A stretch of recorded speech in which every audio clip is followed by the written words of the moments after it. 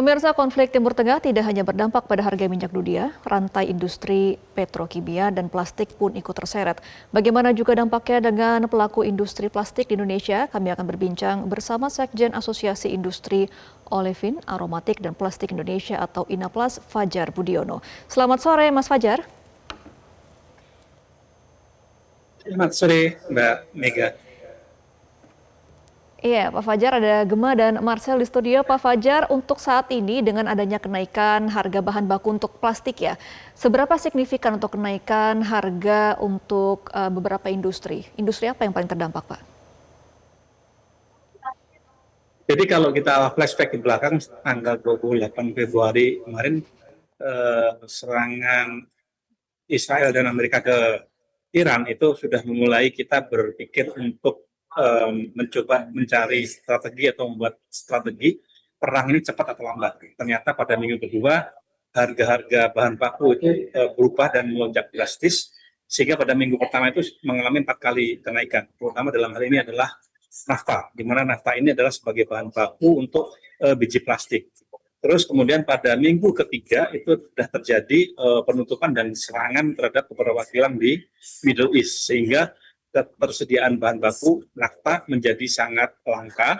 Dan pada saat yang bersamaan juga kita lagi fokus untuk pemenuhan kebutuhan puasa dan lebaran, sehingga minggu ketiga itu kita fokus delivery barang-barang ke pasar.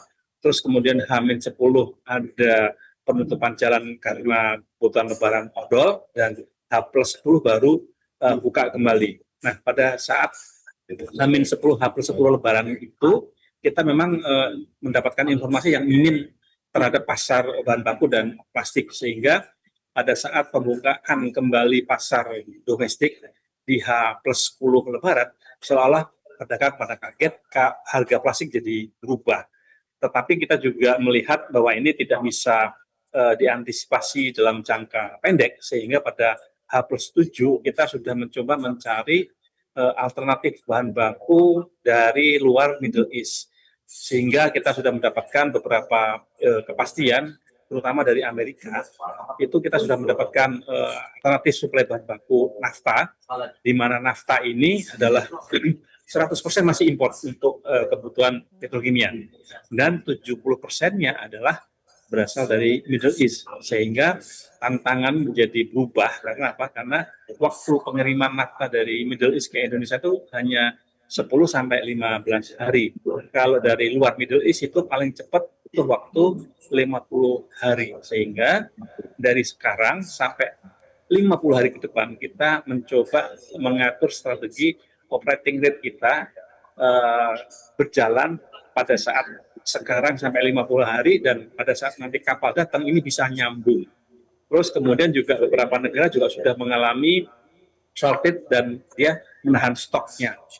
Tetapi minggu ini ada kabar baik, meskipun gencatan senjata sudah tidak terjadi lagi, dan Selat Hormuz semakin panas, tapi ada beberapa negara yang sudah mulai menawarkan stok mereka kepada Indonesia, terutama untuk biji plastiknya. Tetapi kalau nafta kita baru mendapatkan dari Amerika sampai minggu ini, begitu Mbak.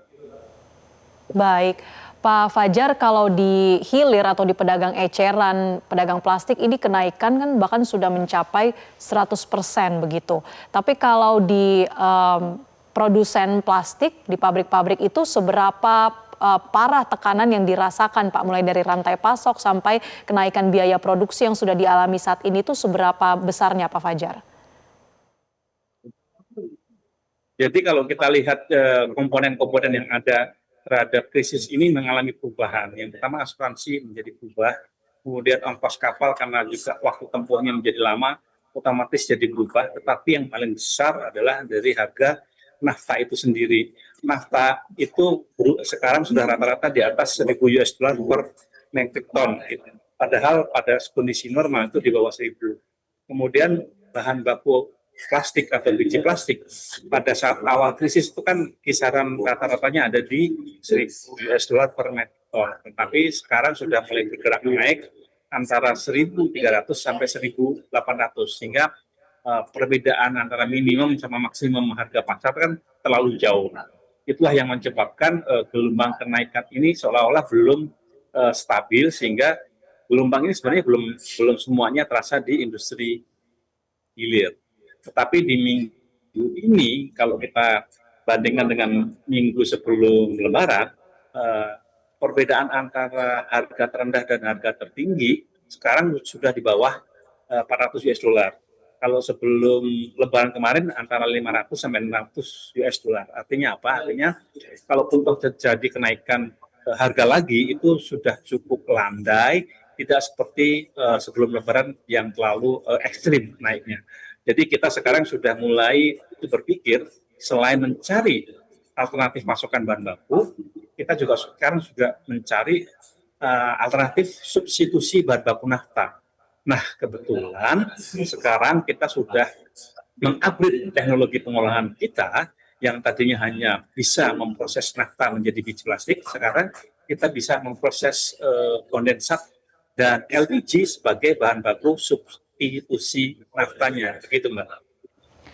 Iya, Pak Fajar, memang kan untuk 70% nafta di seluruh dunia ini kan memang berasal dari Timur Tengah ya. Untuk Indonesia sendiri, apakah untuk alternatif nafta, impor nafta, apakah sudah ada negara lain yang dijadikan tempat tujuan impor untuk saat ini?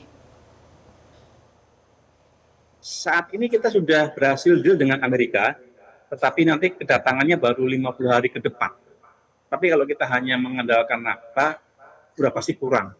Sehingga kita harus mencari substitusinya. Jadi antara 30 sampai 50% itu sebenarnya bisa disubstitusi dengan kondensat atau dengan LPG. Sementara itu yang kita lakukan, Mbak. Baik. Satu lagi Pak Fajar, ini berbicara soal substitusi dari nafta. Kalau tadi Pak Fajar menyebutkan ada beberapa substitusi dan mungkin yang beredar di masyarakat ini substitusi yang lebih organik, yaitu misalnya plastik singkong. Nah, ini sebetulnya salah satu pilihan yang mungkin nggak sih Pak untuk industri atau justru harganya lebih mahal? Kalau plastik dari singkong untuk jangka pendek itu tidak memungkinkan untuk mensubstitusi secara volume ya. Terus untuk jangka menengah pun juga sebenarnya berat, karena apa? Karena properties dari plastik singkong ini juga belum bisa diterima secara keseluruhan untuk menggantikan plastik konvensional.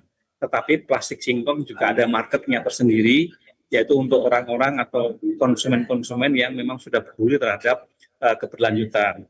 Dan di Indonesia sendiri itu industri plastik dari singkong ini sudah ada sebenarnya sejak 5 tahun yang lalu. Kapasitasnya sekitar 5.000 ton per bulan. Tetapi marketnya sampai hari ini itu masih under 2.000 ton per bulan. Sehingga kalaupun toh ini digenjot atau dipush untuk menggantikan plastik konvensional, rasanya hanya kecil sekali yang bisa tergantikan. Dan kebetulan juga suplainya juga belum terlalu banyak. Dan juga aplikasinya baru beberapa produk-produk tertentu aja, jadi tidak bisa untuk membungkus benda-benda cair. Mungkin masih untuk secondary packaging atau untuk mengemas barang-barang yang sudah ada bungkusnya, gitu Mbak. Baik, memang untuk solusinya adalah mencari bahan baku alternatif dan juga untuk mendaur ulang ya, agar bisa tercukupi kebutuhan plastik di industri. Terima kasih Pak Fajar Budiono selaku Sekjen Asosiasi Industri Olefin Aromatik dan Plastik Indonesia atau INAPLA sudah berbagi insight-nya kepada kami di News Bisnis. Selamat kembali beraktivitas Pak Fajar. Jelajahi cara baru mendapatkan informasi. Download Metro TV Extend sekarang.